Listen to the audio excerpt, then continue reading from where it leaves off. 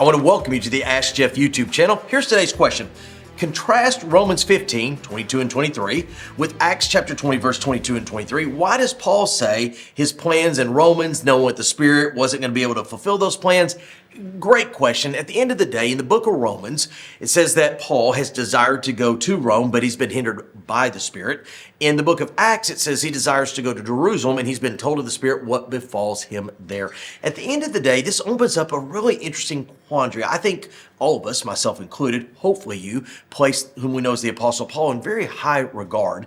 But according to Romans chapter 7, he was still subject to sin. He was still subject to ill choices at times. In fact, he says, in his flesh dwells nothing good. Why is that important? Well, because what we discover in the book of Acts is the Spirit of God told him not to go to Rome, and he was insistent on going to Rome.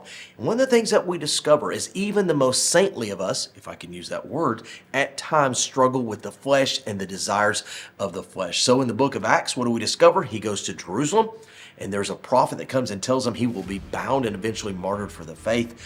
In the book of Romans, he says he has been prevented from going there, but we do know he does eventually end up in Rome. At the end of the day, I guess the challenge for each and every one of us is not to, shall I say, force or overtly desire what we want in the flesh, but subject ourselves to the Spirit of God, whether that's what we planned or not. Great question. If you have one, send to AskJeff.net. Maybe your question will be tomorrow's.